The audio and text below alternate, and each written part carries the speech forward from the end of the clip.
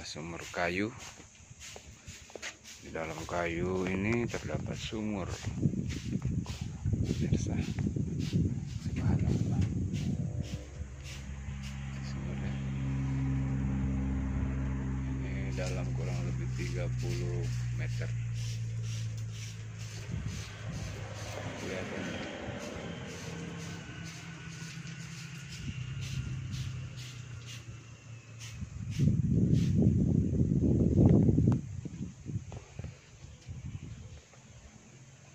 Di Sulawesi Tenggara, sumur tua yang terdapat di dalam kayu.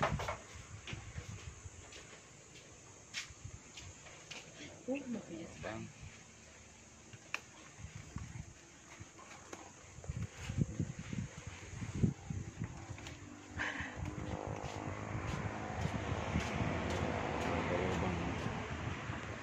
dalam sumur tua.